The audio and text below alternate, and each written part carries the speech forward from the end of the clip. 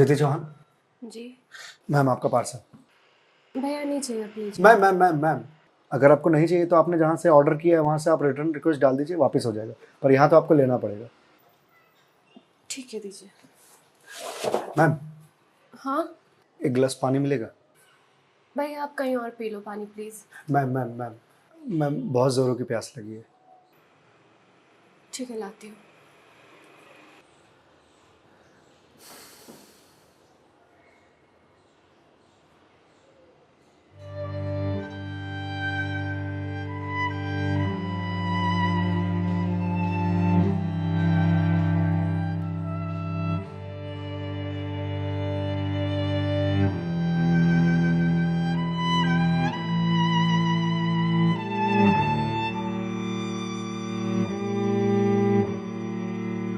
लीजिए लीजिए भैया, देख क्या रहे हैं?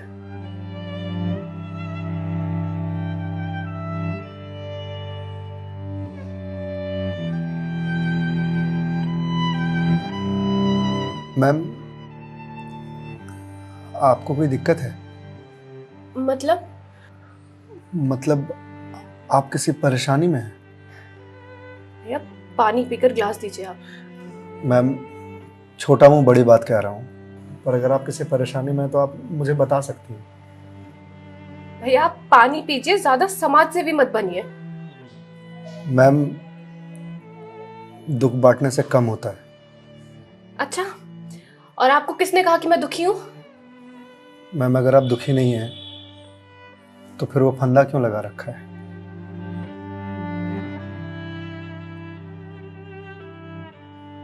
मैम मैंने सुना है खुशियां बांटने से बढ़ती हैं और दुख बांटने से कम होता है। मैम बड़े से बड़ा दुख कम हो जाता है अगर आपके पास कोई सुनने वाला हो। मैम प्लीज़ मैम रोइए मत मैम। मैम देखिए ये तो मुझे नहीं पता कि आपको क्या परेशानी है, पर अगर आप मुझे बताएंगे तो शायद मैं कोई सॉल्यूशन निकाल पाऊँ। नहीं, कोई मेरे लिए कुछ नहीं कर सकता। मेरे पास अब मरने के अलावा कोई ऑप्शन नहीं है। मैम ऑप्शन तो ढूंढने से मिलता है ना। आप एक बार मुझे बताइए ना, शायद मैं कोई जीने का ऑप्शन ढूंढ पाऊँ आपके लिए। क्यों बताऊं तुम्हें? क्या कर लोगे तुम? मैंने बोला ना, मेरी हेल्प कोई नहीं कर सकता है। मैम आप अगर मुझे नहीं बताएंगे तो मैं वैसे भी कुछ नहीं कर पाऊंगा, पर अगर आप मुझे बताएंगे तो शायद मैं कोई हल निकाल पाऊं। और अगर कोई हल नहीं निकला तो आप तो वैसे भी सुसाइड करने जा रही थी, तो जाने से पहले अपना दुख मुझे बताते जाइए प्लीज।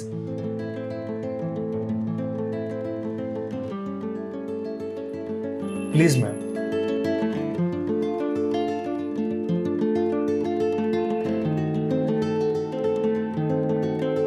मैं ईएमआईज़ के चक्कर में फंस चुकी हूँ।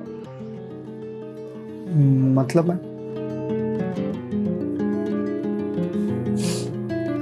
कुछ साल पहले एक कोर्स के लिए मैंने लोन लिया था, फिर उसके कुछ वक्त के बाद एक और लोन, और ये लोन का सिलसिला यूं ही चलता गया। इस महंगाई के जमाने में पैसे की जरूरत तो हर किसी को पड़ती है, मुझे भी थी। मैंने प्राइवेट कंपनी से भी लोन लिए, ज्यादा ब्याज पर, और अब मैं उन्हें चुका नहीं पा रही हूँ। क्यों मैम, आपके पास जॉब तो होगी ना? जॉब थी, पर मैं जिस कंपनी में जॉब करती थी उस कंपनी ने मुझे ये कहकर टर्मिनेट कर दिया कि फाइनेंशियल लॉस के कारण वो मुझे और मुझ जैसे कुछ एम्प्लॉयज को सैलरी नहीं दे सकते। तो मैम आप किसी और कंपनी में ज्वाइन कर लो, बहुत सारी कंपनीज हैं यहाँ तो। तुम्हें क्या लगता है मैंने अप्लाई करने का ट्राई नहीं करा होगा? जॉब नहीं खोजी होगी? बहुत की थी, पर इस रिसेशन के जमाने में जॉब मिलना कितना मुश्किल है ये तुम जैसे डिलीवरी बॉय को क्या पता।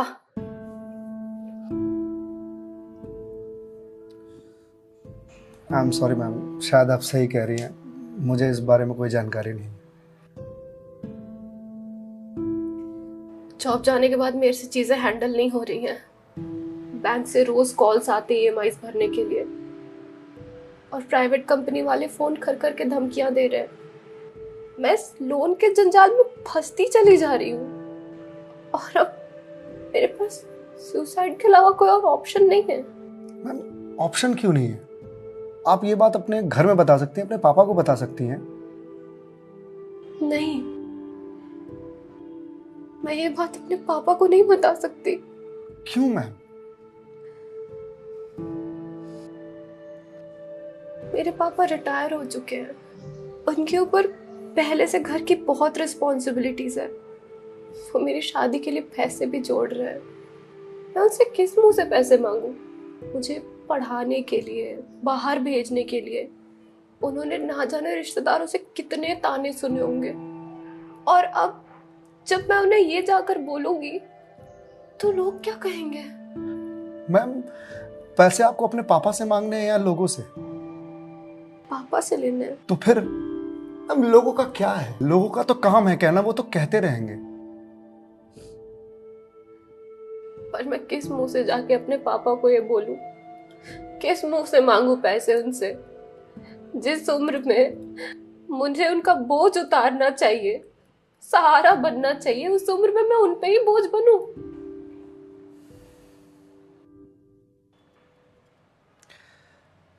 मैम एक बात बताएंगे आप, बचपन में आपके सबसे फेवरेट चीज क्या थी? बचपन में मुझे साइकिल का बहुत शौक था। तो मैम आपको साइकिल किस एज में मिली थी?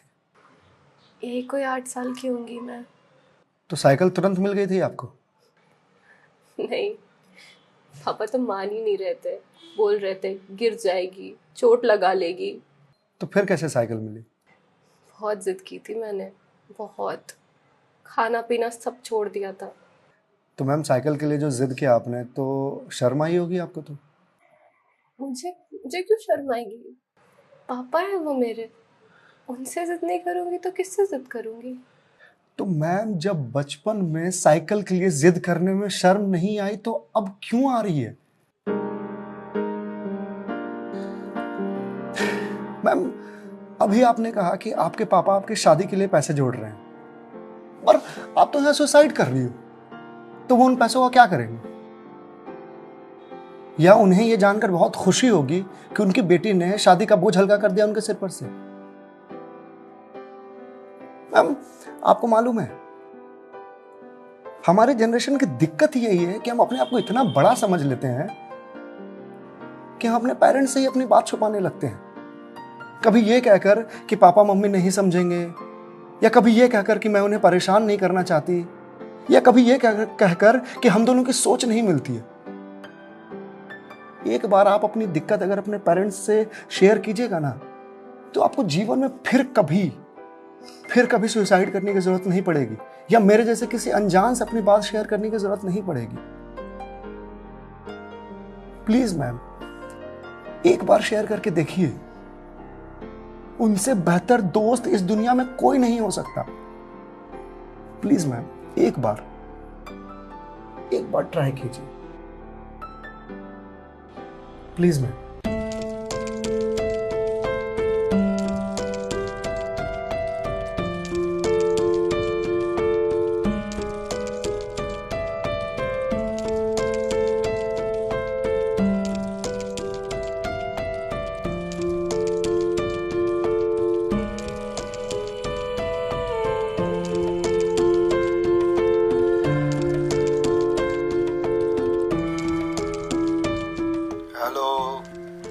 हेलो पापा।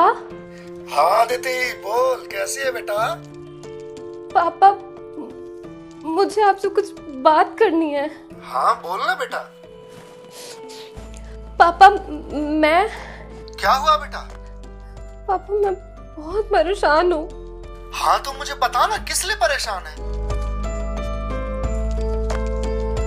अदिति बेटा रो क्यों रही है, बता ना क्या बात है? पापा वो मैंने बैंक से लोन ले रखा था ना,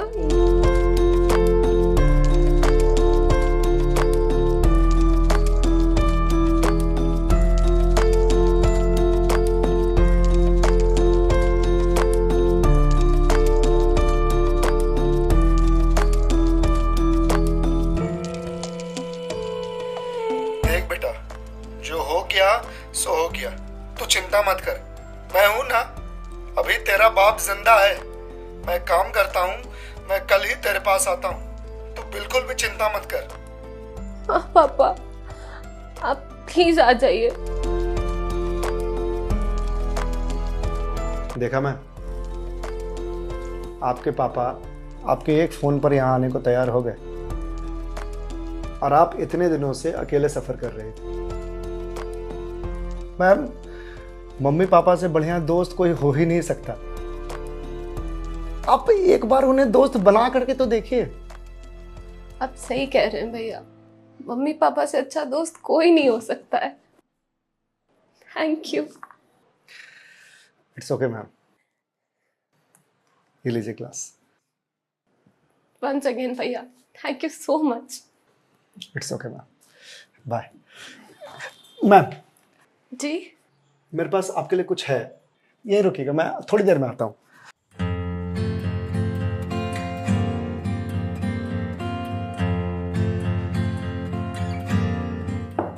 मैम। जी भैया।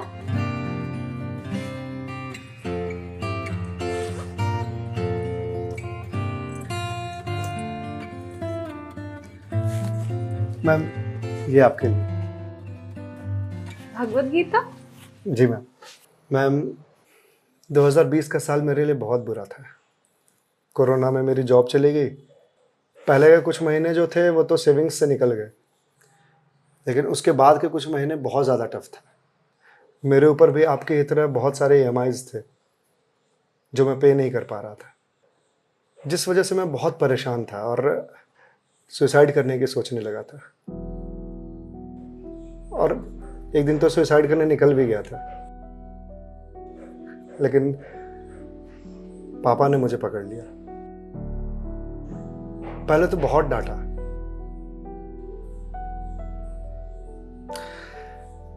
फिर उसके बाद सीने से लगा करके कहा कि तू चिंता क्यों करता है, मैं हूं ना।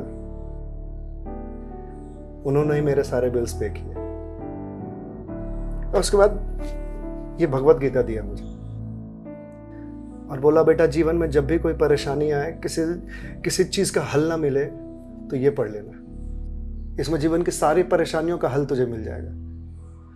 और मैम, वो दिन है और आज का दिन है।